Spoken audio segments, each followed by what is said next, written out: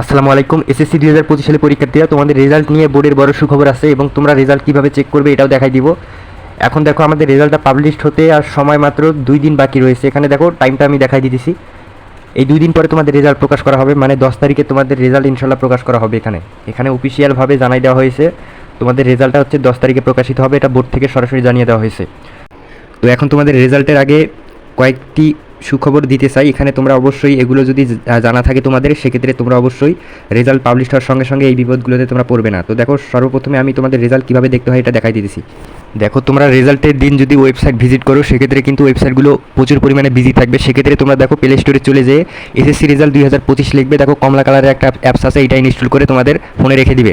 দেখো এখানে তোমরা হচ্ছে মার্কশিট সহ তোমাদের রেজাল্টটা দেখতে পারবে। এখানে তোমাদের এসএমএসের মাধ্যমে তোমরা এসএমএসটা সেন্ড করে রাখবা। তোমাদের রেজাল্ট পাবলিশ হওয়ার সঙ্গে সঙ্গে তোমাকে এসএমএসের মাধ্যমে জানিয়ে দেওয়া হবে। দেখো এসএমএসের মাধ্যমে তোমরা রেজাল্টটা প্রথমে সেন্ড করবা। সেন্ড করার সঙ্গে সঙ্গে রেজাল্ট যখনই পাবলিশ হবে তোমরা দেখতে পারবে।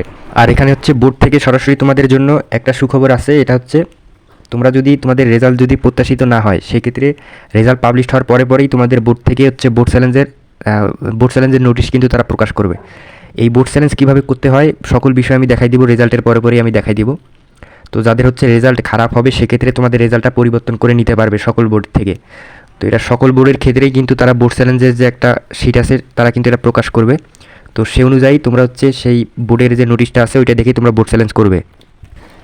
এই দেখো বোর্ড চ্যালেঞ্জ কীভাবে করতে হয়। দেখো এইভাবে একটা কিন্তু নোটিশ প্রকাশ করে দিবে, এইখানে সব কিছু লেখা থাকবে। তো তোমাদের যদি এমসিকিউ বা লিখিত পরীক্ষায় ফেল চলে আসে, সেক্ষেত্রে তোমরা বোর্ড চ্যালেঞ্জ করবে। ইনশাল্লাহ শিক্ষা বোর্ড থেকে সরাসরি তোমাদের রেজাল্টগুলো পরিবর্তন করে দেওয়া হবে। আর এখানে যাদের অকারণে ফেল চলে আসবে তারা কোনো টেনশন করবে না, তোমরা বোর্ড চ্যালেঞ্জ করবে। রেজাল্টের পরেই তোমরা বোর্ড চ্যালেঞ্জ করবে, ইনশাল্লাহ রেজাল্ট পরিবর্তন হবে। তাই আমি সকল তথ্য জানাই দিব, অবশ্যই সাবস্ক্রাইব